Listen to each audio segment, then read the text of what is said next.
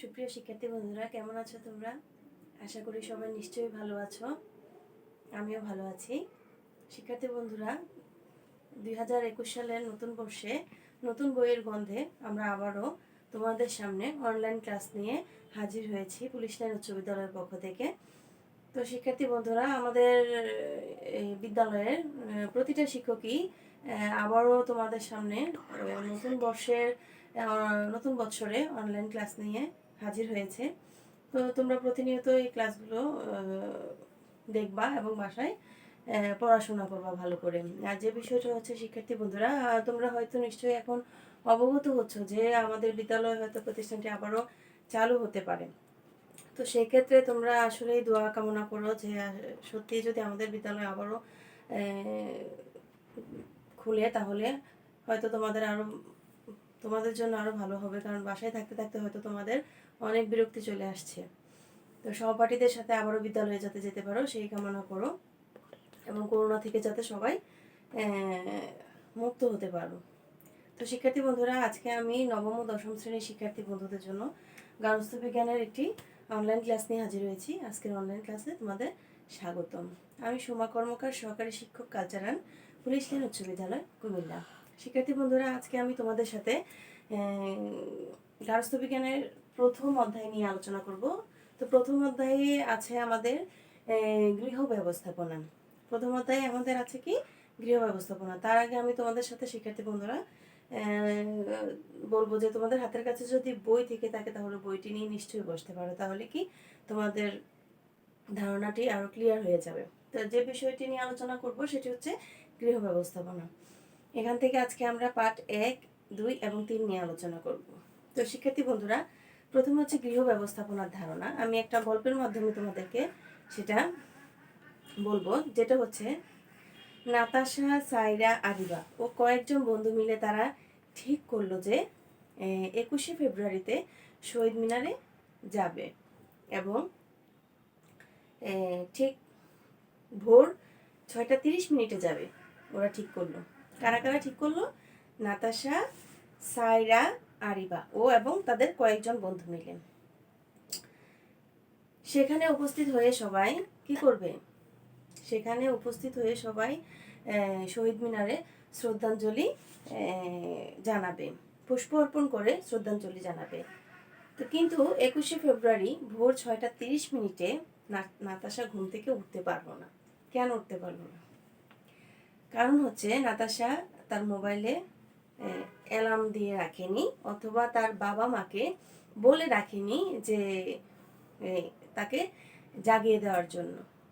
যদি তাকে সে অ্যালার্ম দিয়ে রাখতো মোবাইলে, হয়তো সে ভোর 6:30 শহীদ মিনারে পুষ্প অর্পণ করে শ্রদ্ধাঞ্জলি জানাতে পারত। কিন্তু অ্যালার্ম না দেওয়ার কারণে বা বাবা মাকে না জানানোর কারণে সে ঘুম থেকে উঠতে পারলো না। তার কারণটা কি শিক্ষার্থী বন্ধুরা, তোমরা কি বলতে পারবে?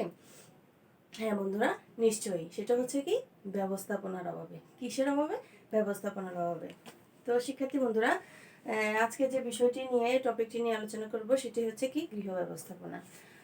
তো চলো, মানুষের ব্যক্তিগত, পারিবারিক ও সামাজিক জীবনধারার বিভিন্ন ক্ষেত্রে ব্যবস্থাপনার অস্তিত্ব লক্ষ্য করা যায়। গৃহ আমাদের দৈনন্দিন জীবনযাত্রার নানাবিধ কার্যকলাপে ব্যবস্থাপনার বিষয়টি ওতপ্রোতভাবে জড়িত। পরিবারে বসবাস করে প্রতিটি মানুষ তার কাঙ্ক্ষিত লক্ষ্যসমূহ অর্জন করার জন্য বিভিন্ন রকম কার্যকর ব্যবস্থা গ্রহণ করে থাকে। এই ব্যবস্থা গ্রহণের জন্য সে কাজের পরিকল্পনা বা কর্মসূচি কি করে? প্রণয়ন করে, সিদ্ধান্ত গ্রহণ করে এবং কি করে? পরামর্শ করে কাজগুলো সংগঠিত করে, কাজের নিয়ন্ত্রণ ব্যবস্থা গ্রহণ করে এবং অবশেষে কাজের ভালো মন্দ পরামর্শ করে ভালো মন্দ মূল্যায়ন বা যাচাই করে। তার এসব ধারাবাহিক কার্যকলাপের মধ্যেই কিন্তু গৃহ ব্যবস্থাপনার কি ঘটে? প্রতিফলন ঘটে। এ বিষয়ে নিকেলো ডর্সি গৃহ ব্যবস্থাপনাকে পারিবারিক জীবনযাপনের প্রশাসনিক দিক বলে অভিহিত করেন। কেন করেন? তারা বলেন যে পারিবারিক লক্ষ্যসমূহ অর্জনের জন্য মানবীয় ও বস্তুবাচক সম্পদসমূহের ব্যবহারে পরিকল্পনা, সংগঠন, নিয়ন্ত্রণ ও মূল্যায়ন করাই হচ্ছে কি গৃহ ব্যবস্থাপনা। গৃহ ব্যবস্থাপনা হলো একটি ধারাবাহিক গতিশীল প্রক্রিয়া, যার জন্য প্রয়োজন সঠিক সিদ্ধান্ত গ্রহণ এবং যা কোনো নির্দিষ্ট লক্ষ্য অর্জনের প্রচেষ্টাকে কেন্দ্র করে সম্পন্ন করা হয়। গৃহ ব্যবস্থাপনার সংজ্ঞাকে বিশ্লেষণ করলে তিনটি বিষয় লক্ষ্য করা যায়, যেমন কাঙ্ক্ষিত লক্ষ্য বা উদ্দেশ্য নির্ধারণ, সম্পদের সঠিক ব্যবহার, সম্পদ ব্যবহারে ধারাবাহিক কর্মপন্থা, যেগুলো হচ্ছে পরিকল্পনা, সংগঠন, নিয়ন্ত্রণ ও মূল্যায়ন। তারপরে আসো শিক্ষার্থী বন্ধুরা, আমরা বইটি, আমাদের গার্হস্থ্যবিজ্ঞান বইটি লক্ষ্য করলে আমরা দেখতে পাবো যে এখানে একটি গৃহ ব্যবস্থাপনার ধারণার কাঠামো একটি ছক তৈরি করা হয়েছে। সেই ছকটি দেখলেই আমরা কিন্তু বুঝতে পারবো। তো ছকটি চলো আমরা দেখি যে কাজগুলোকে সংগঠিত উপায়ে নিয়ন্ত্রণ করতে হবে। শেষ ধাপে কাজের ফলাফল যাচাই করে দেখতে হবে যে কাজটি কতটা সাফল্য অর্জন করতে পেরেছে। তো সেক্ষেত্রে শিক্ষার্থী বন্ধুরা, গৃহ ব্যবস্থাপনার যার স্তরে রয়েছে কর্মপদ্ধতি সমষ্টি। কর্মপদ্ধতির সমষ্টিকে আবার দুইটি স্তরে নেওয়া হয়েছে। সেগুলো হচ্ছে কি, একটি হচ্ছে মানসিক এবং একটি হচ্ছে শারীরিক। গৃহ ব্যবস্থাপনার যে ধাপ, সে ধাপের মধ্যে কর্মপদ্ধতি সমষ্টির মধ্যে দুটি স্তর রয়েছে। সেটি হচ্ছে কি, একটি হচ্ছে মানবিক আর একটি হচ্ছে শারীরিক। মানসিক আর একটি হচ্ছে শারীরিক। কর্মপদ্ধতি সমষ্টিকে দেখো আবার চারটি স্তরে নেওয়া হয়েছে।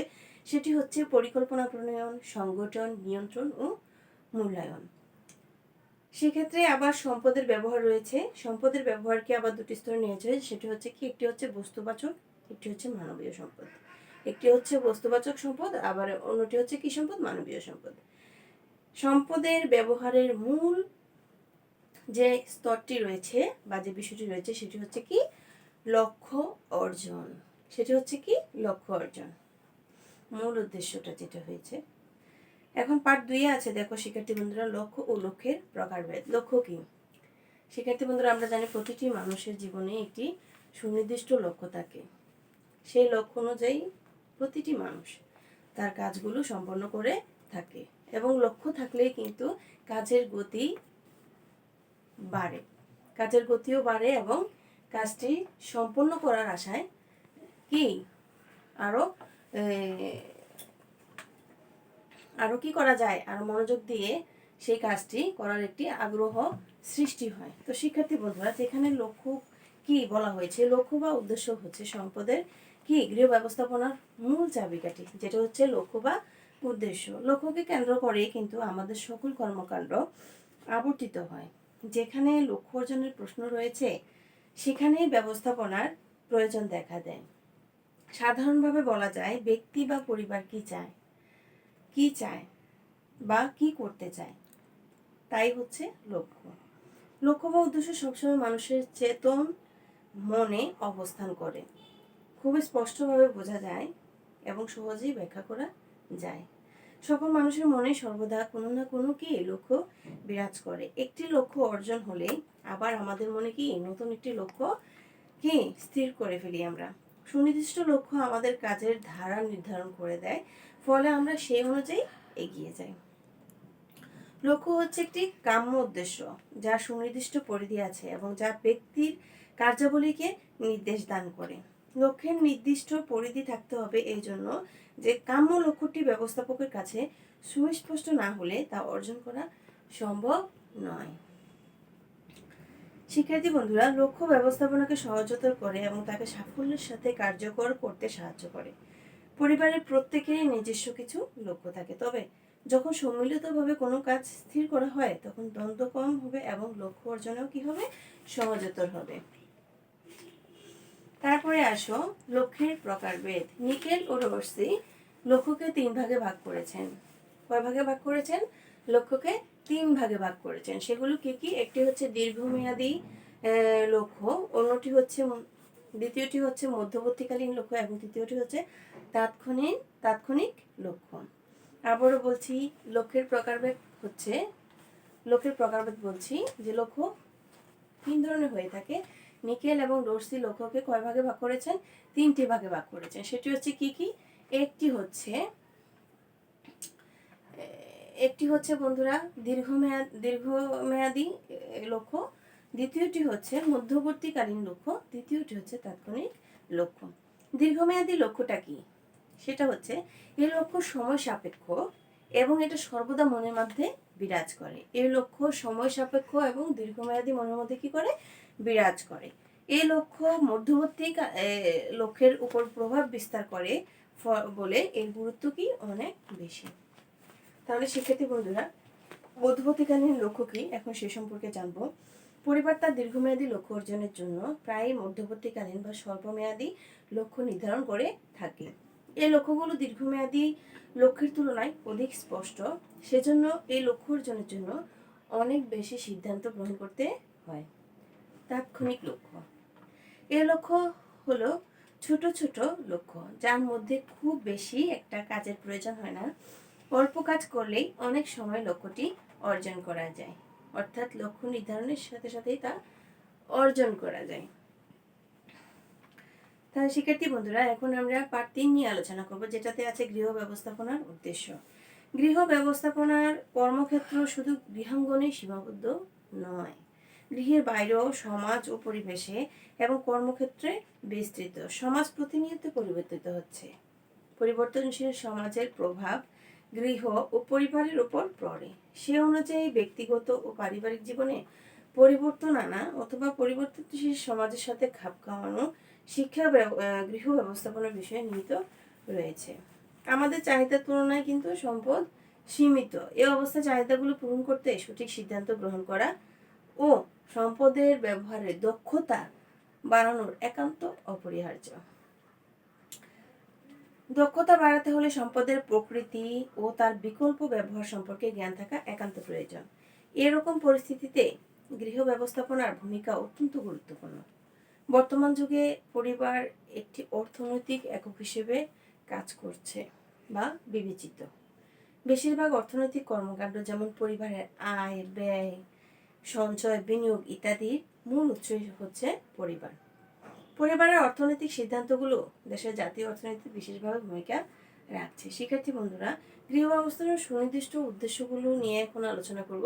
সেগুলো হচ্ছে, দেখো, পরিকল্পনা প্রণয়ন, সংগঠন নিয়ন্ত্রণ ও মূল্যায়নের মাধ্যমে সকল সম্পদ ব্যবহারে পারদর্শিতা অর্জন, ব্যক্তিগত ও পারিবারিক মূল্যবোধের ভিত্তিতে লক্ষ্য স্থির করা ও তা বিশ্লেষণ করা, গৃহ ও গৃহের বাইরে একটি সুষ্ঠু বাসোপযোগী পরিবেশ গড়ে তোলা, সঠিক সিদ্ধান্ত গ্রহণ ও তা বাস্তবায়নের ক্ষমতা বৃদ্ধি করা, ভোক্তার অধিকার ও দায়িত্ব কর্তব্য সম্বন্ধে সজাগ হওয়া, দৈনন্দিন জীবনের সমস্যা চিহ্নিতকরণ ও তার সমাধান সচেষ্ট হওয়া, ভবিষ্যতে নিজের ও পরিবারের আর্থিক সচ্ছলতা লাভের উপায় নির্ধারণ করা, পেশাগত ক্ষেত্রে যোগ্যতা বৃদ্ধি করা, উন্নয়নমূলক কাজে অংশগ্রহণের সুযোগ গ্রহণ করা, আধুনিক জীবনযাত্রার সাথে তাল মিলিয়ে গৃহস্থালির আধুনিক সরঞ্জাম, যন্ত্রপাতি, আসবাবপত্রের সাথে পরিচিত হয়ে এগুলো যত্ন ও রক্ষণাবেক্ষণে পারদর্শিতা অর্জন করা,